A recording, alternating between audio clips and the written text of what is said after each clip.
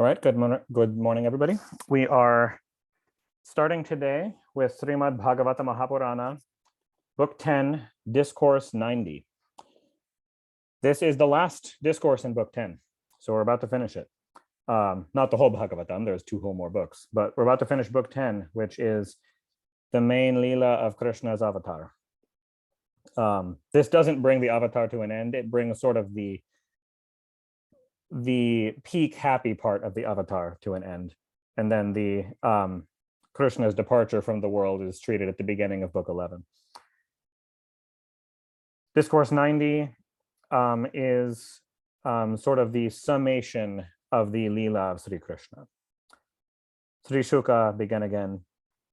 Parikshit, the splendor of Dwaraka was matchless. Its roads and streets were day and night thronged with young elephants in rut, richly adorned soldiers, horses, and brilliant chariots plated with gold. On every side of the city, there were gardens and parks containing rows of trees in blossom, which were filled with the music of birds and humming bees. It was a city abounding in wealth of every description. The world's greatest heroes, the Yadus, considered it a privilege to live in it and enjoy its amenities. The women of that city possessed budding youth. When, while playing with balls, etc., in their mansions, their gorgeous dress got unsettled, exposing a part of their body. It flashed as a streak of lightning. The Lord of Lakshmi himself lived in that city with great ease and comfort. It was his own city. Bhagavan Sri Krishna was the one beloved consort of more than 16,000 wives. Each of them possessed a mansion of surpassing wealth and splendor for her residence. Assuming as many charming forms as he had wives, he sported with them in their mansions. All these mansions possessed beautiful tanks of their own, tanks of water. Their limpid water was ever fragrant with the pollen of lotuses of every description. Birds warbled in them. The Lord of Prosperity, Bhagavan Sri Krishna, sported entering the water of the rivers, and the saffron on the breasts of these ladies transferred itself to his bosom as they embraced him. The Gandharvas sang his praises, while the Sutas, Magadhas, and bards joyously sounded their clay tom-toms, kettle drums, tabors, and lutes.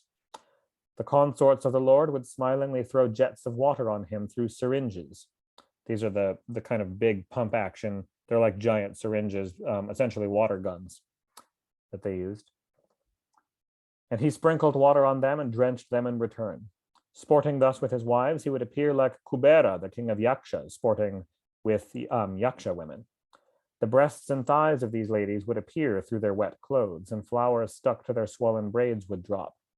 Throwing water on him, they would approach him with intent to wrest the syringe from his hands and make it an excuse for embracing their beloved Lord. Through his thrilling touch, their love would grow all the more, which would make their face bloom in great joy. The beauty of the queens naturally increased on such occasions. The garland of sylvan flowers hanging on Bhagavan Sri Krishna's bosom would get tinged with the saffron on their breasts. Through intense absorption and enjoyment, the braid of his curly locks would get loosened and begin to wave free in the air. He would throw again and again jets of water on his consorts, who in their turn would drench him in the same fashion. In this way, the Lord sported with his consorts, as the leader of a herd of wild elephants would with their females. Bhagavan Sri Krishna would give away their clothes and ornaments used at the time of sport to male and female dancers and to those who subsisted by vocal and instrumental music. That is how the Lord used to carry on his sports. His charming gait, sweet words, endearing glances, enchanting smiles, enlivening jests and jokes, and loving embraces captivated the heart of his consorts. Bhagavan Sri Krishna was the be-all and end-all of their lives, the sole possessor of their hearts. Absorbed in the thought of their lotus-eyed Lord, they would remain speechless for a while, and would suddenly break out with incoherent talks in the manner of a lunatic. In the intensity of their love, they would give way to delirious talks. I shall reproduce these talks. Please listen to them. The queen said, "O she-osprey, we are in the depth of the night now, and the whole world appears to be one big void. The Lord himself has buried his ever-wakeful consciousness and has gone to sleep. But your eyes know no sleep. Why do you wail and lament thus, keeping awake for the whole night? O friend, it seems your heart has been pierced equally with that of ours, by the sweet smiles and gracious and sportive glances of the lotus-eyed Lord. Surely that is the reason why you do not get sleep." O red goose, why have you closed your eyes during the night? Is it because your partner has gone out of sight that you wail so piteously? If so, we are really sorry for you. Or is it that you are possessed, like us, with the desire of waiting upon the Lord, and long to adorn your braid with the garland offered at the feet of the Lord? O ocean, because recall, Dwaraka is a peninsula surrounded by the ocean. So from anywhere in the city, they can hear the waves of the ocean. O ocean, you constantly roar and thunder. Do you get no sleep at all? It seems you have developed the disease of insomnia. Or is it that our dear Lord has robbed you of the natural qualities of tranquility and gravity, etc.? That is why, like us, you have developed a disease which is so difficult to get rid of. O moon, you have fallen a victim to the fell disease of consumption. O good gracious, you have got so attenuated that you cannot disperse the darkness by your rays, referring to the moon's waning in a poetic way. It seems the talks of our beloved Lord have escaped out of your memory, as out of ours. That is why you have become mute. O southern wind, what offense have we given what offense have we given you, that you send impulses of love into our heart, which is already torn to pieces by the sidelong glances of the Lord? O cloud, your color is as lovely and beautiful as that of our beloved Lord. Surely you are very dear to our Lord, the crown jewel of the race of Yadu. That is why, bound to him with ties of love, you are absorbed in his thought like us. With a heart full of anxiety, you always pine for him like us, and recollecting him again and again, shed profuse tears, as in rain. Oh, the very contact with him is painful. O cuckoo, your voice is so sweet and melodious. It seems our beloved Lord has made it so sweet. You warble in notes as sweet as those of the honey-tongued Sri Krishna. Your songs bring life even to the dead. Please tell us what service we may render to you today. O dear mountain, you possess a noble mind. It is you who support the earth by maintaining her balance. How is it that you neither move nor speak anything? You seem to be merged in some serious thought. Or is it that you long to place the lotus feet of our beloved Lord on your breast-like peaks, even as we? O rivers, consorts of the ocean, it is summer now, your beds are dry. The beauty of the lotus is no longer to be found in you. You have become very lean and thin. Just as we have been robbed of our heart and have become much too emaciated, being deprived of the love-laden glances of our beloved consort, the Lord of the Yadus, so have you been reduced to this wretched condition because the clouds no longer supply you with water from your beloved ocean. Oh, dear swan, you are welcome. Take your seat and have a little milk. Please tell us something of our beloved Lord. We know you are his messenger. Is our dear Sri Krishna, who is under nobody's control, hale and hearty?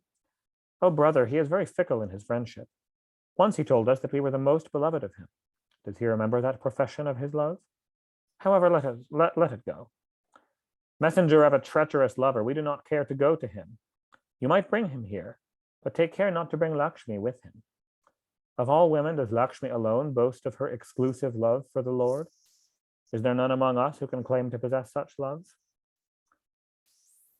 Parikshit, says Shuka, such was the depth of love and devotion which the consorts of Sri Krishna cherished for their husband, the supreme Lord of great masters of yoga, and through that they attained the supreme state. The Leelas of the Lord have been sung in various ways through exquisite songs and poetry. They are so sweet, so captivating, that they irresistibly draw the mind and heart of women when they hear them. How much greater then should be the attraction of those who see him with their own eyes? And how could one form an estimate of the austerities performed by those women who, regarding the supreme Jagadguru, Bhagavan Sri Krishna, as their husband, kneaded his feet, washed his body, fed him, and served him with other kinds of loving attentions? Bhagavan Sri Krishna is the refuge of virtuous souls.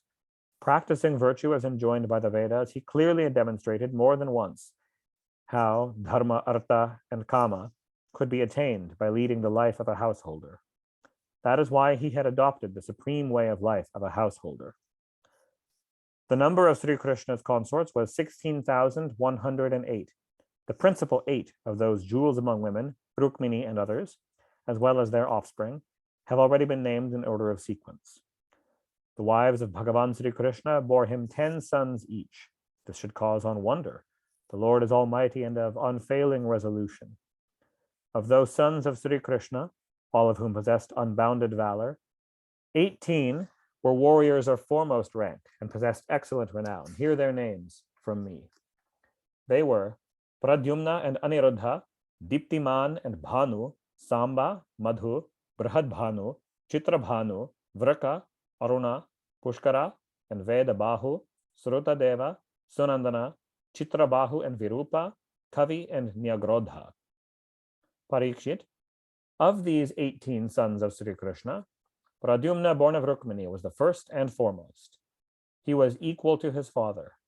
Pradyumna, a great car warrior, married Rukmi's daughter, and out of that wedlock was born Aniruddha, possessed of the strength of 10,000 elephants. Aniruddha married the daughter of his own maternal uncle, Rukmi's son. Vajra was born out of this wedlock. He was the only survivor after the destruction of Yadu's race, through the instrumentality of a piston. We're soon to get to that story. And so the Yadu clan that survives traces its descent through Vajra. Vajra's son was named Pratibahu, whose son was Subahu. Subahu's son was Shantasena, and his son was Shatasena. No one born in this race was destitute or weak, and none of them died early. All of them were devoted to the Brahmanas and possessed more sons than one.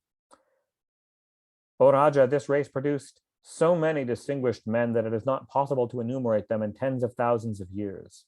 I have heard that the number of teachers who taught the children of this race was 3 crore and 88 lakh. Who could tell the number of the high-souled Yadus in such circumstances? Raja Ugrasena alone was accompanied by warriors numbering 10 billions. Parikshit, in the days of yore, many a terrible asura was slain in the encounter between the Devas and the Asuras. They were reborn among men. These proud and arrogant asuras, reborn as human beings, began to molest the people in order, like Kansa, Dantavaktra, Shishupala, the Kauravas, all the various such oppressive rajas and people we've been hearing about this whole time. In order to chastise and subdue them, the Devas, under the direction of the Supreme Lord, were born in the race of Yadu, O Raja. This race was divided into 101 families. Bhagavan Sri Krishna was the sole guide and lord of all the Yadus. All those Yadavas who faithfully followed him prospered. The mind of the Yadavas remained fixed on Sri Krishna, so much so that they lost consciousness of their body while sleeping, resting, walking, chatting, sporting, bathing, and performing other duties, and carried on these functions like automatons, their mind dwelling on Sri Krishna. Parikshit, the Ganga, which washes the feet of Bhagavan Sri Krishna, is very sacred. But when the same Lord, the holiest of the holy, descended in the race of Yadu, the glory of the Ganga naturally diminished as compared to the glory of his incomparable fame. Those who loved him and those who hated him both attained his state. Goddess Lakshmi, who is sought after by other gods, keeps herself engaged in his service. His auspicious name, heard or uttered, destroys evil. Of all forms of dharma preached and practiced by the descendants of rishis, Bhagavan Sri Krishna is the founder and fountainhead. He holds in his hand the chakram, which is a symbol of the ever-rotating wheel of time, the all-destroyer. Under such circumstances, it is no wonder that he should relieve the burden of the earth. Bhagavan Sri Krishna is the asylum of beings. He is constantly present everywhere, and yet they say he manifested himself from the womb of Devaki. The Yadava heroes waited on him. By the strength of his arms, he put down unrighteousness. By his very nature, O Raja, the Lord wipes out the sufferings of all mobile and immobile creatures. By his charming countenance, full of winning smiles, he kindled love into the hearts of the women of Raja as well as of the towns. He is the one conqueror of the whole world. Victory to him and him alone. The Supreme Person, who is beyond the realm of Prakriti, sportively assumed a form with intent to vindicate the path of virtue chalked out by himself, and enacted many wonderful leelas appropriate to that form. Every one of his acts is capable of cutting asunder the bonds of karma of those who contemplate upon it. He who seeks to gain the privilege of serving the lotus feet of Bhagavan Sri Krishna, the crown jewel of the Yadus, should make it a point to listen to the stories of his leelas. By listening to, chanting, and contemplating on the charming leelas of Bhagavan Sri Krishna every moment, man develops the devotion which leads him to the supreme sphere of the Lord. It is difficult to reach beyond the jurisdiction of time, but in the Lord's realm, time has no sway. Even rulers of the earth have left their kingdom and retired to the forest for the performance of austerities with the object of gaining that eternal realm. Therefore, one should constantly engage oneself in hearing the stories of the Lord. Thus ends the 90th discourse, entitled The Story of the Amorous Sport, so Sri Krishna narrated, in the latter half of Book 10 of the great and glorious Bhagavata Purana, otherwise known as the Paramahansa Samhita, composed by the sage Veda Vyasa and consisting of 18,000 shlokas.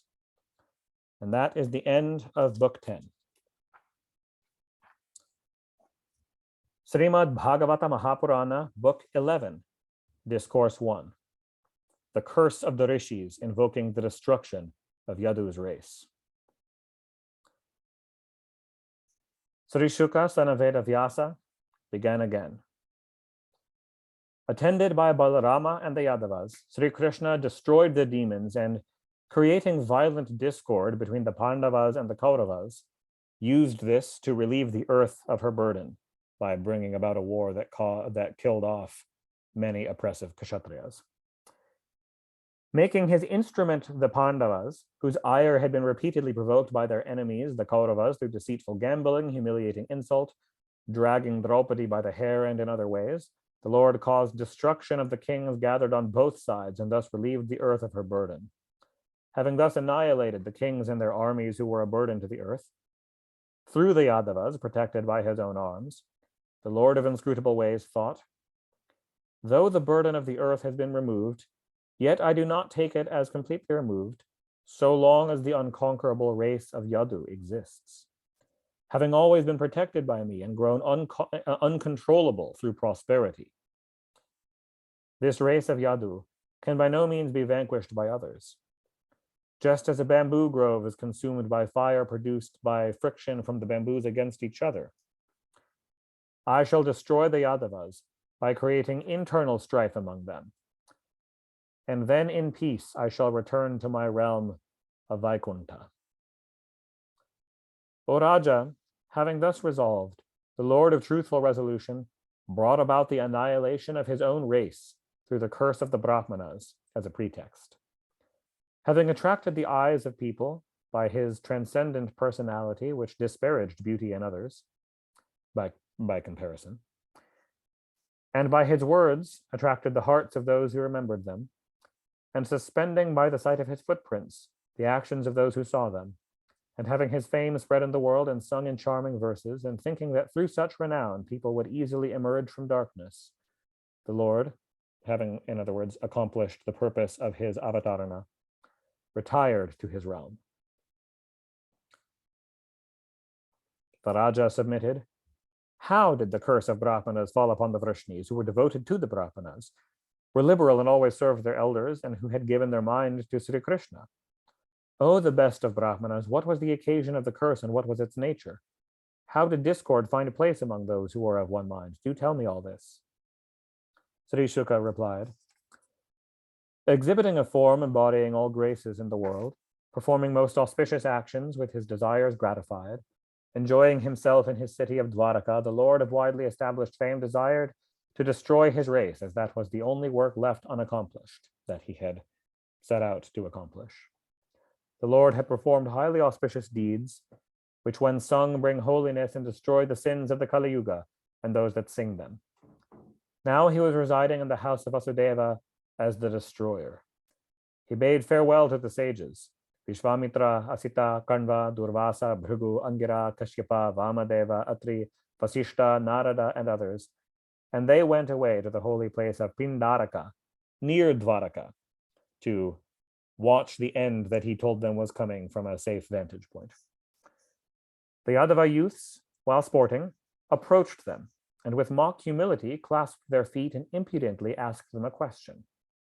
Having attired Jambavati's son Samba as a woman, they said to the rishis, O Brahmanas of unfailing vision, this pregnant woman of dark eyes, soon to give birth to a child and desiring to bring forth a son, wishes to know if she will give birth to a son or a daughter. She feels shy to ask you directly. O Raja, the sages who were thus imposed upon got angry and said to them, because the nature of the prank is if the sages are like, oh, she will give birth to a son or whatever, they will have fooled him because it's not even a woman. And they said, "O fools, she will give birth to a pestle, which will destroy your race." Greatly terrified to hear that, they at once bared the belly of Samba and actually found a pestle of iron there. "What have we unfortunate fellows done? What will people say?" Thus perplexed, they returned home with the pestle. With sad and pale faces, they brought the pestle in the court, and in the presence of all the Yadavas, narrated the incident to their Raja, Ugrasena.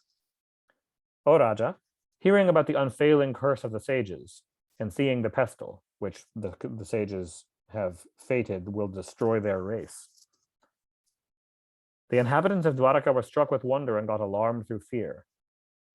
Ahuka, which is another name of Ugrasena, the said Raja of the Yadavas, got the pestle reduced to powder and thrown into the water of the sea. The remaining iron piece of the pestle, which could not be powdered, was also thrown into the sea. Some fish swallowed that iron piece, while the particles of the powder were borne by the waves and deposited on the shore, where they grew into a kind of grass called erica. The fish was caught in the net alongside other fishes in the sea by some fishermen. The iron piece found in its stomach was fixed to the point of his arrow by a hunter. Not literally the same iron piece, but it was, melted down as a bit of scrap iron. The fisherman probably sold it to a metallurgist, and it ended up being crafted into an arrowhead. The Lord knew the whole truth, and being almighty, had the power to nullify the curse of the sages, but he did not like to render it ineffectual. He approved of it, being himself the destroyer. Thus ends the first discourse in Book 11 of the great and glorious Bhagavata Purana, otherwise known as the Paramahansa Samhita.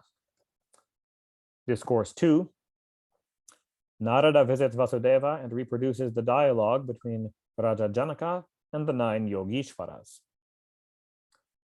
Sri Shuka began again. O Parikshit, the best of the Kurus, eager to wait upon Sri Krishna, Narada very frequently stayed in Dwaraka, which was protected by the arms of Govinda. O Raja, what mortal man possessing sound senses would possibly neglect to worship the lotus feet of Lord Mukunda, which are fit to be adored by the best of gods, Brahma and others? On one occasion, when Narada, the Devarishi, came to his house and had been worshipped and comfortably seated, Vasudeva, as in Krishna's father Vasudeva, greeted him and spoke thus. Vasudeva submitted, O venerable sage, as the movement of parents is conducive to the welfare of children, and that of pious persons treading the path of the glorious Lord is meant for the good of those bound by worldly attachments, your visit is a blessing to all creatures. The conduct of the deities may conduce both to the happiness and misery of created beings, but the conduct of pious souls devoted to Lord Vishnu, like you, promotes their happiness only. The deities, acting like one's own shadow, serve their worshippers even as the latter worship them, following the course of their karma. Saints, however, are compassionate towards the afflicted, irrespective of their karma. All the same, O holy Brahmana, we request you to tell us those dharmas which delight the Lord, and hearing of which with faith, the mortal man is rid of all fear. Indeed, in my previous birth in this world, I worshipped the immortal Lord, who grants liberation for the sake of progeny, but not for the boon of emancipation, deluded as I was by his Maya. Of course, he knows this because Krishna has told it to him, as we have read about. O sage of noble vows, so instruct us that through you we may surely and easily be rid of this worldly existence, full of manifold misery and beset with fear on all sides. Sri Shuka continued, O Raja, questioned thus by the wise Vasudeva, and vividly reminded of the Lord's qualities, the Devarishi felt pleased, and said to him, O Vasudeva, foremost of the Yadavas, you have resolved well to have inquired me about the virtues and duties that delight the Lord and purify all. Heard of or talked about, dwelt upon, accepted with reverence, or approved, this righteous course purifies at once, without doubt, even those who are hostile to the deities, nay, to all creatures. I have been reminded by you today of the Almighty Lord Narayana, who is most auspicious and whose name, when heard or sung, brings merit. In this connection, the wise narrate the following ancient legend, embodying a conversation between the sons of Rishabha and the high-souled Janaka, the Raja of the Videhas. Priyavrata, the well-known son of Swayambhuva Manu, had a son called Agnidra, of whom was born Nabhi, whose son was known as Rishabha. The wise declare that Rishabha descended for popularizing the cult leading to liberation, and that he had an element of Lord Vasudeva in him. In other words, he was an Avesha avatar, a partial avatar. He had 100 sons who were all well-versed in the Vedas. Of them, the eldest son was Bharata. He was really a devotee of Lord Narayana. It is after him that this wonderful land came to be known. And indeed, to this day, India is still called Bharat or Bharata. It's only called India in English or various other Western languages.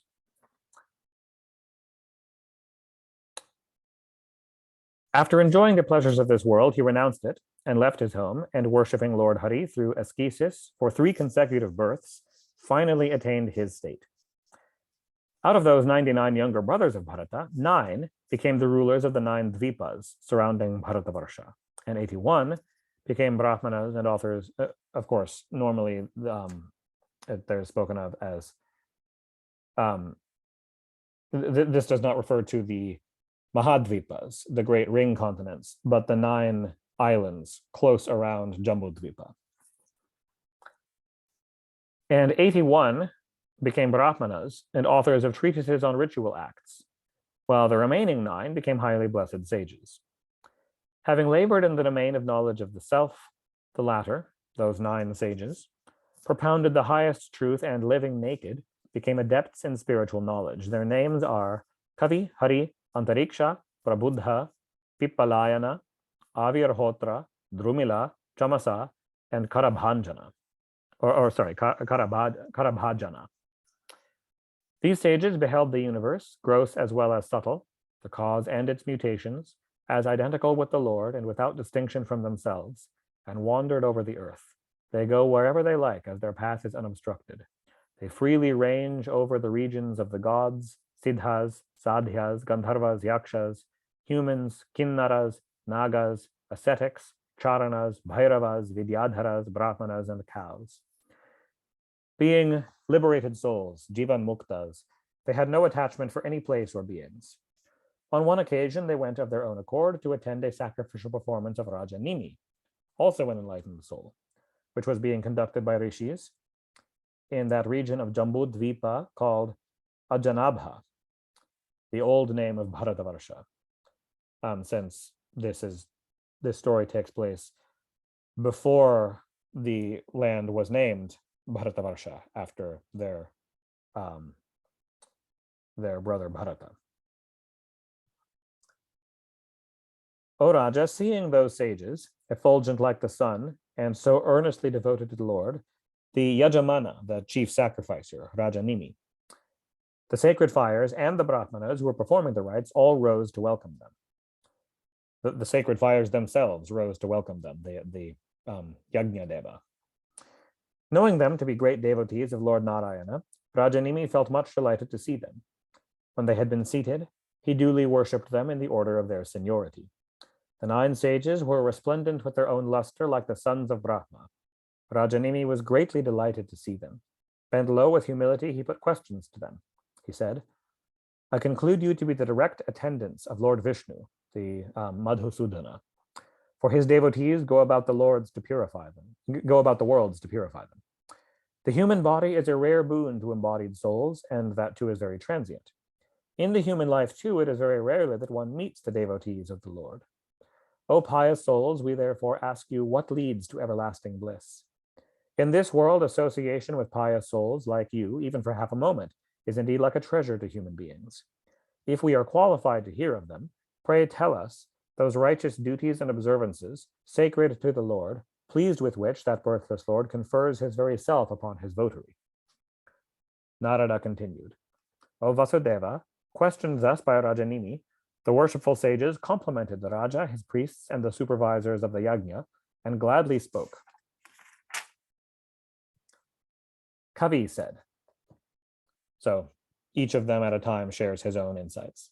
Kavi said, I believe that for the man whose mind is always agitated by mistaking this worthless body, etc., for one's own self, worship of the Lord's lotus feet is the safest course, in that through such worship, fear completely disappears.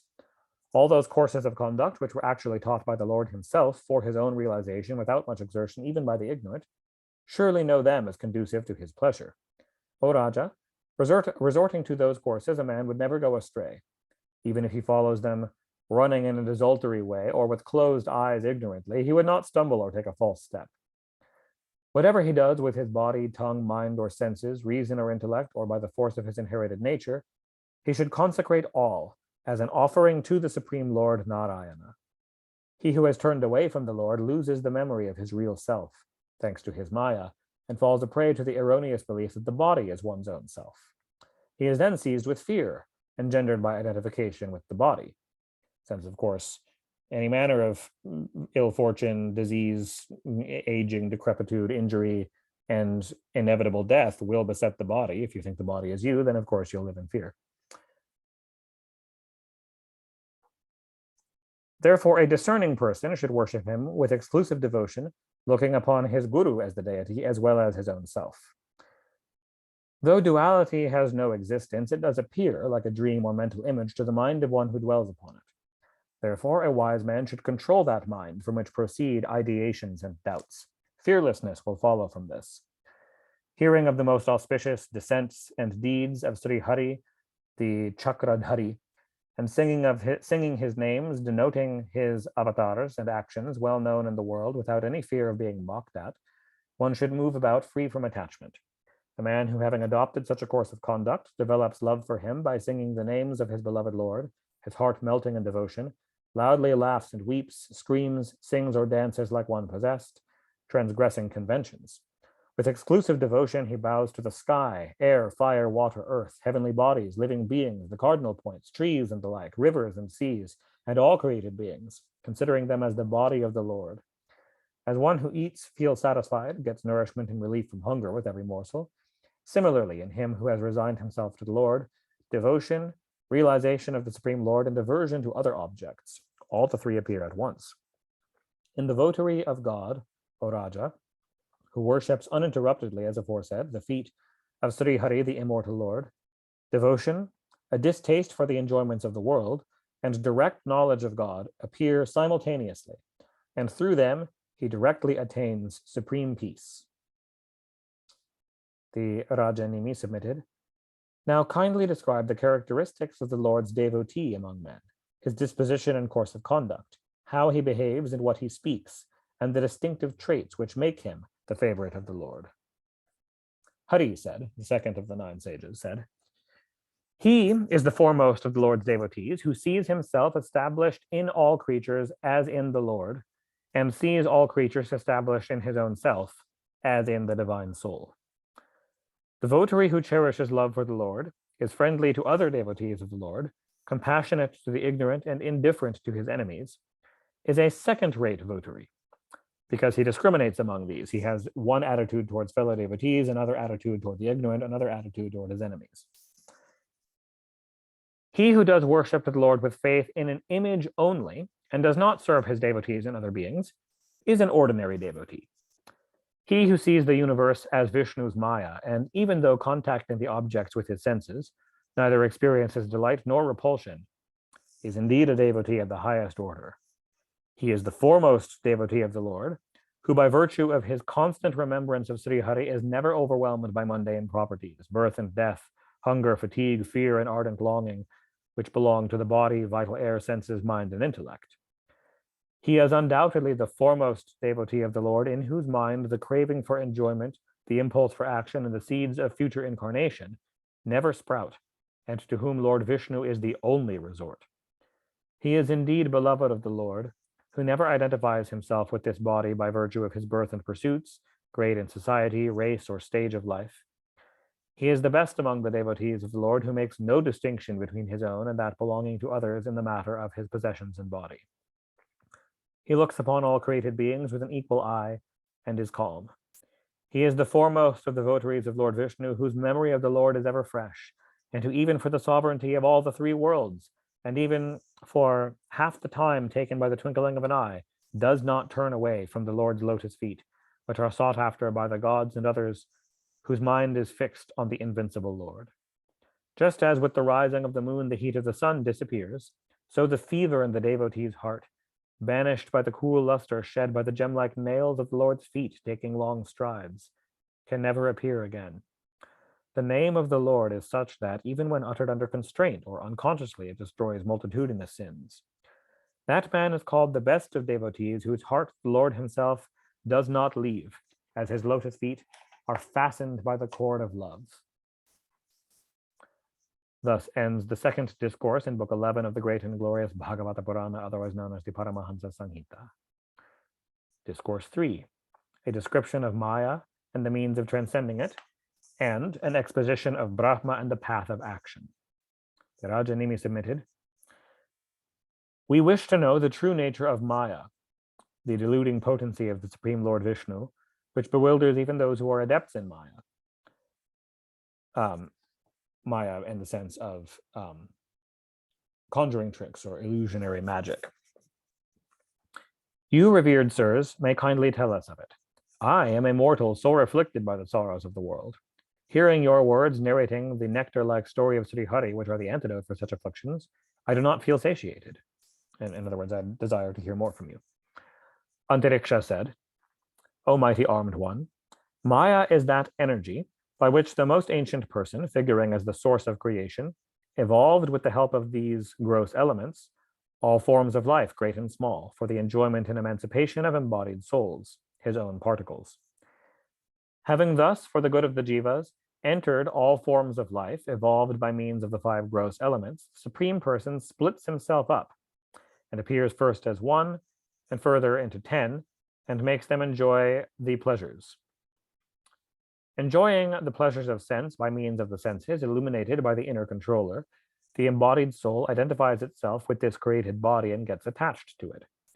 Performing with the organs of action, actions prompted by interested motives, and reaping the agreeable and disagreeable consequences of his varied actions of past lives, or previously in the same life, the embodied soul revolves in this whirligig of mundane life, thus undergoing various forms of existence brought about by his karmas and carrying many evils.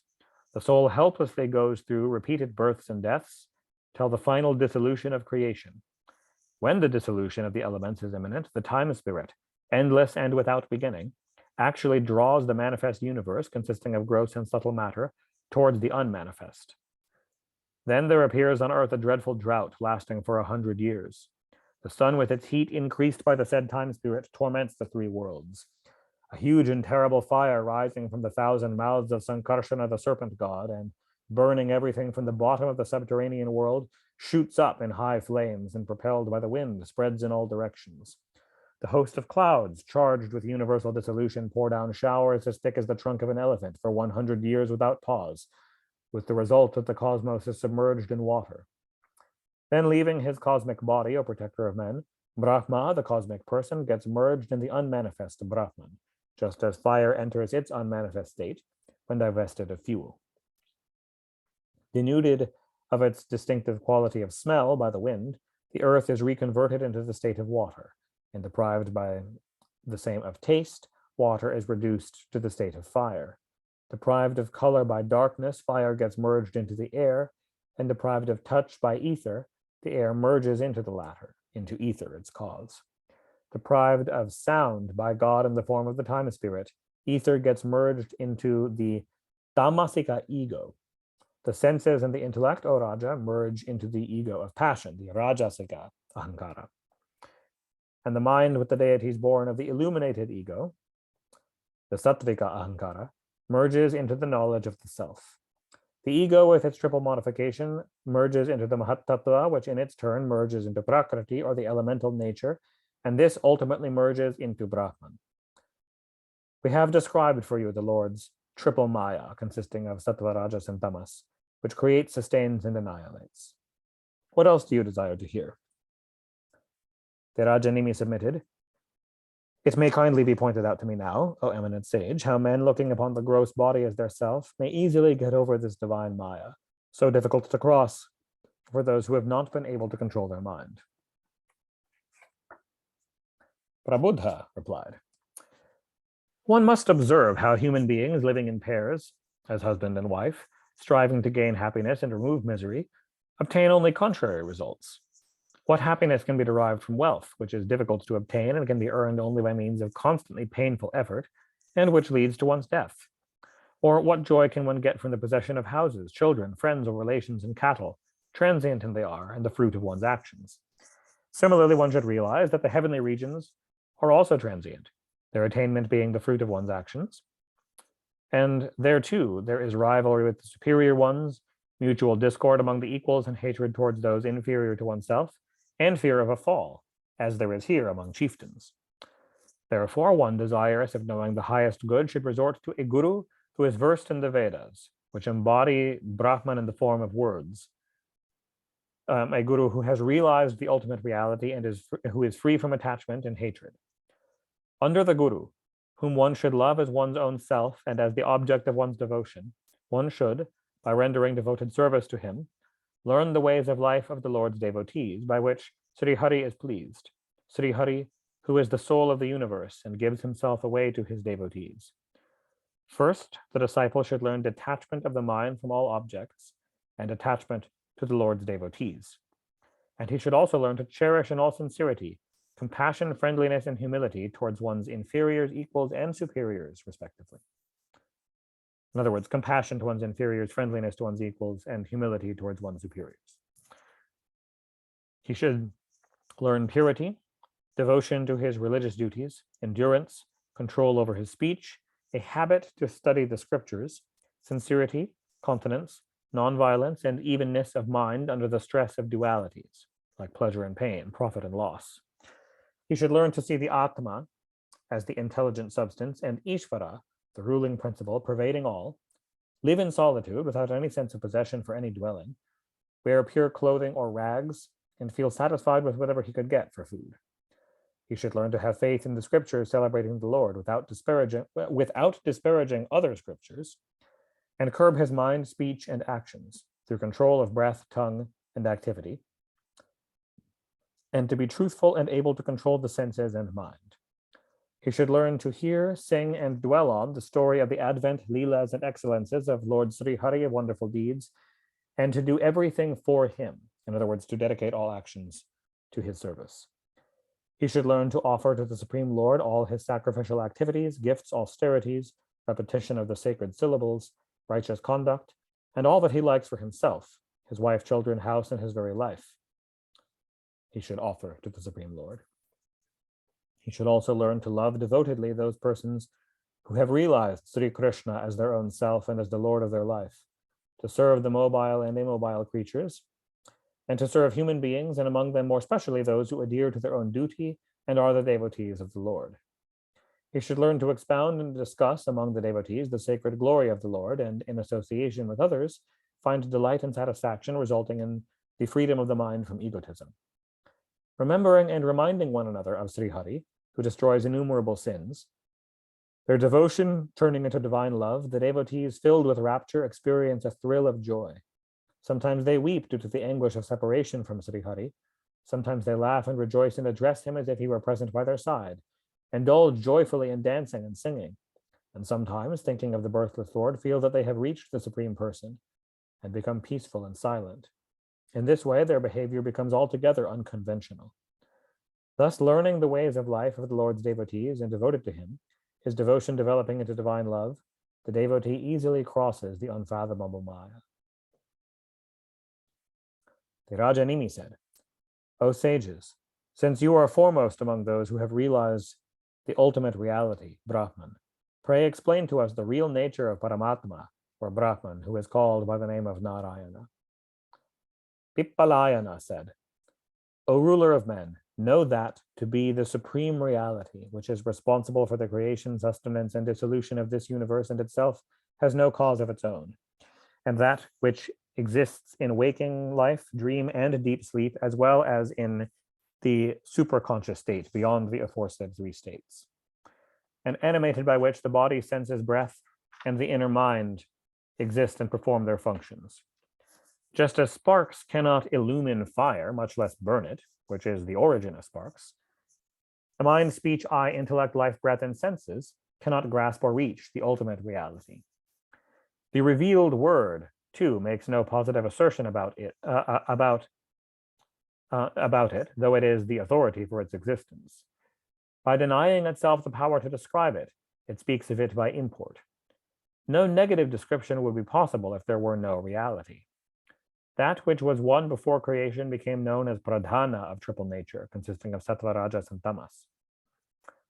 Then by its active power, it became known as the sutratma, and by its power of understanding, it became known as the mahattattva. As a condition investing the jiva or individual soul, it became known as ahankara. The incomprehensible Brahman alone shines as the deities presiding over the senses themselves, and the objects of senses, and the experience of pleasure and pain. The effect and the cause are all Brahman, because it is the cause of both. This Atma, this supreme self, was never born and will never die. It neither grows nor undergoes decay, because it is the witness of the different states of those objects which come into existence and die away.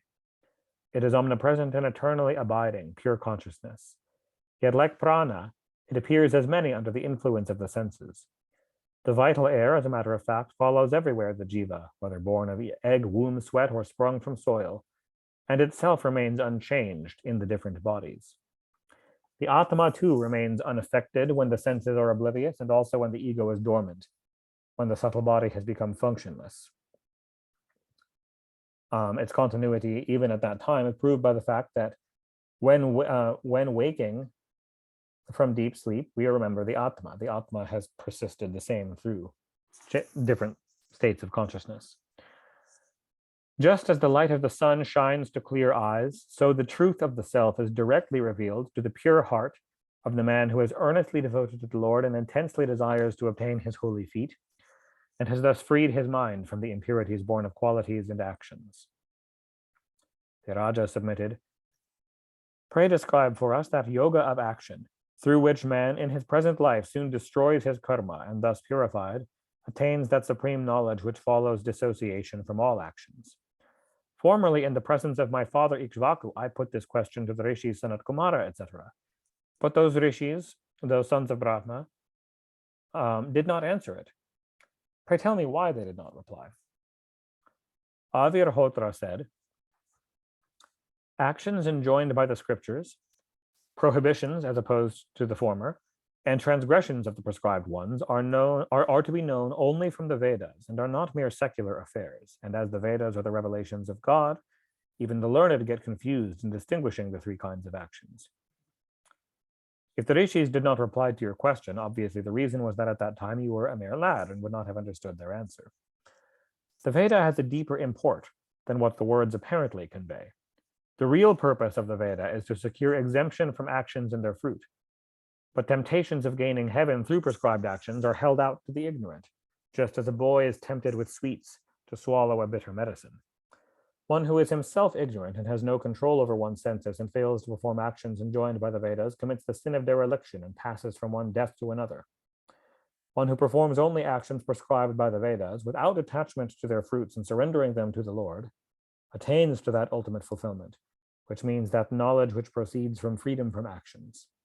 The promise of fruits in the Vedas is meant only to create interest in actions. The prescribed actions and their fruits are described really for getting ultimately freedom from actions.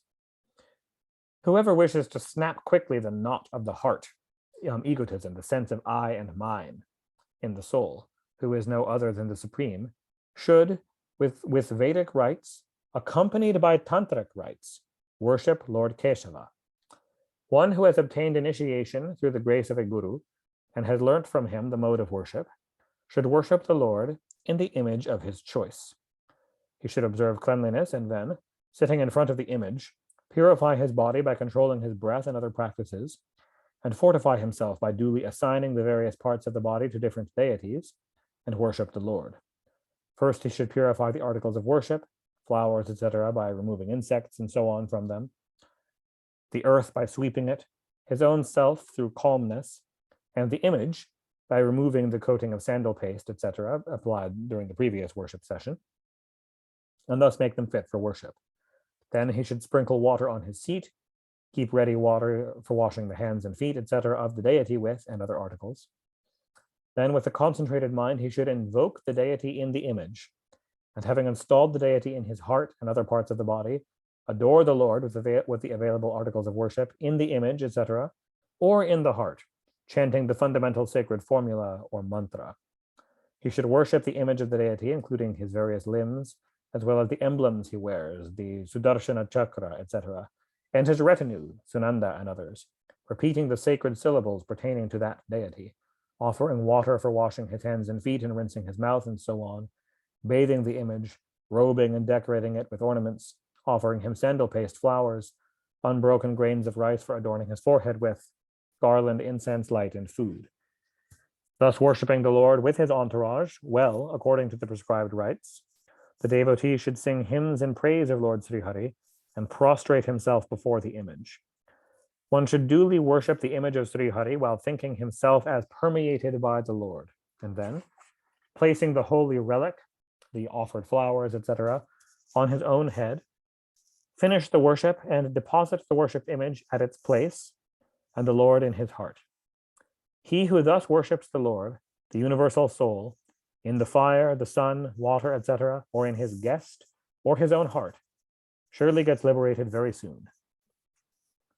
Thus ends the third discourse in Book 11 of the great and glorious Bhagavata Purana, otherwise known as the Paramahansa Samhita. Discourse 4, this one's not very long. A description of the Lord's avataranas.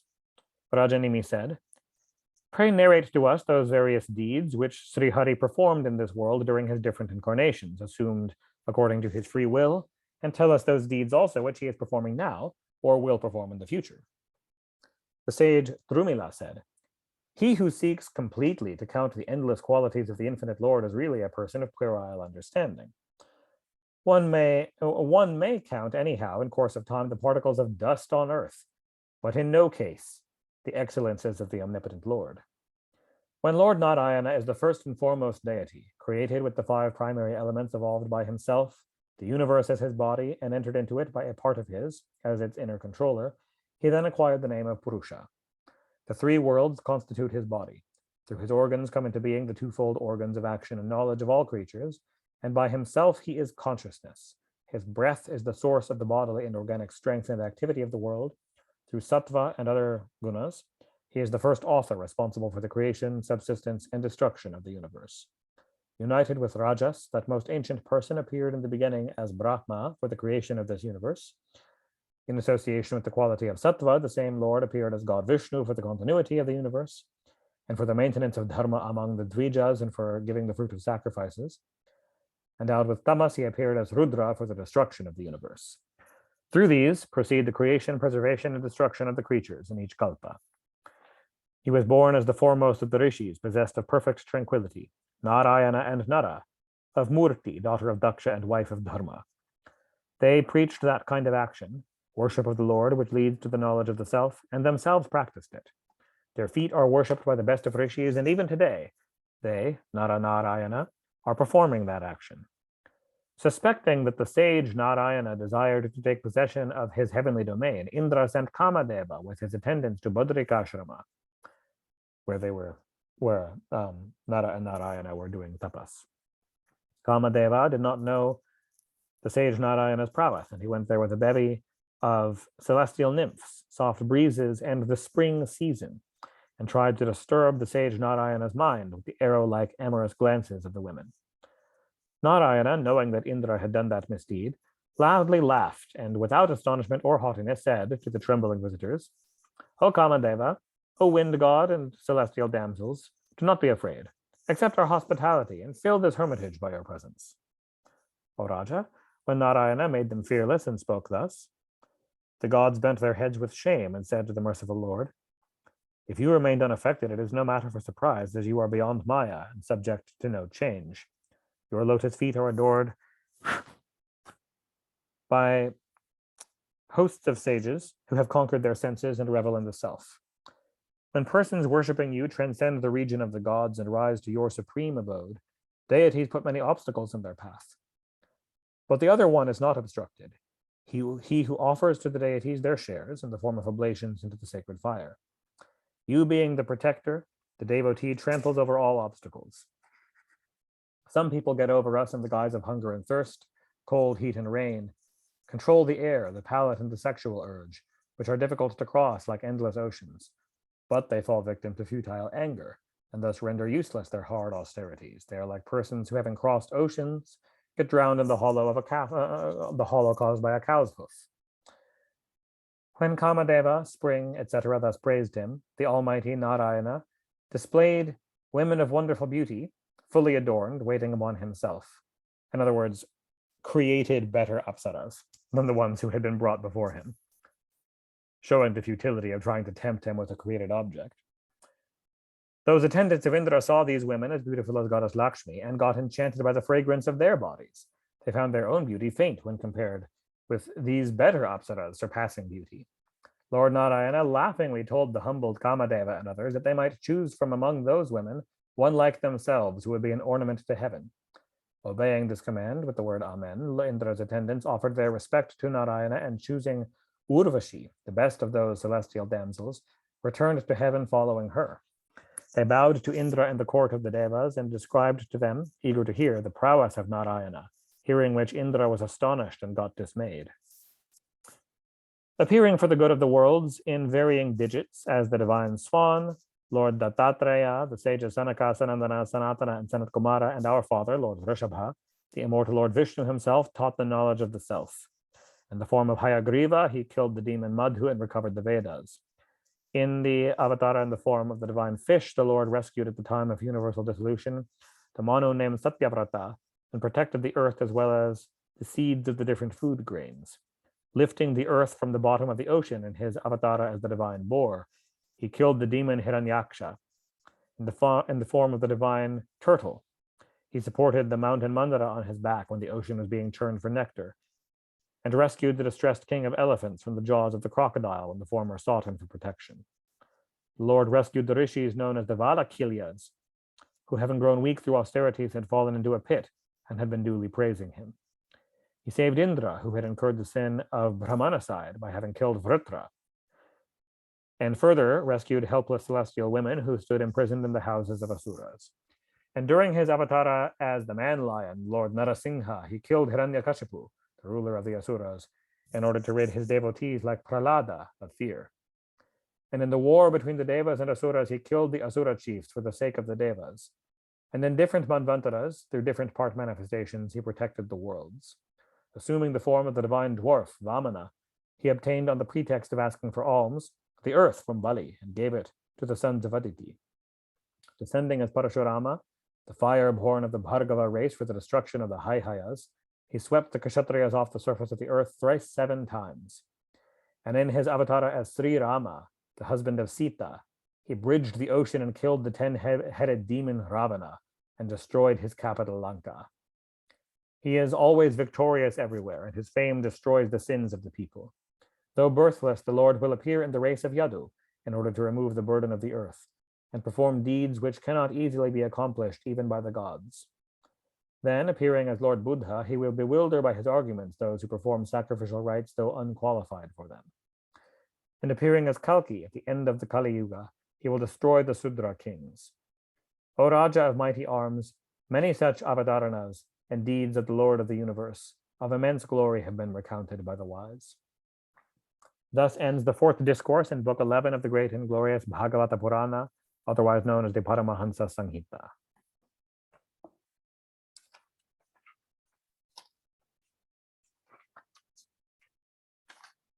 I think that's probably a good place to stop. The dialogue between Rajanimi and the 9 brothers goes on for some time longer, so I think we can probably finish it next time. Thanks, Devla. Thank you. Great chapters. Yeah, thank you all for coming. I had a couple questions. Sure. Udrasena had 10 billion soldiers. That is the number that it said. Yes. Well, I mean, so before we've talked about like different yugas having different scales of what we would call our world, the world in older yugas, we had this discussion, or the scriptures brought this up, of it being like a different scale of what the quote unquote world is. When a king rules over the world, it's actually like a solar system or something like that. Yes. I mean, Yes. is that what we're talking about in the sense of Udrasena having 10 billion soldiers in Treta Yuga? Dwapara Yuga, but yeah. Dwapara Yuga. Dwapara, you're right. Yeah. There's different interpretations of that. It was a quick mention that wasn't elaborated on.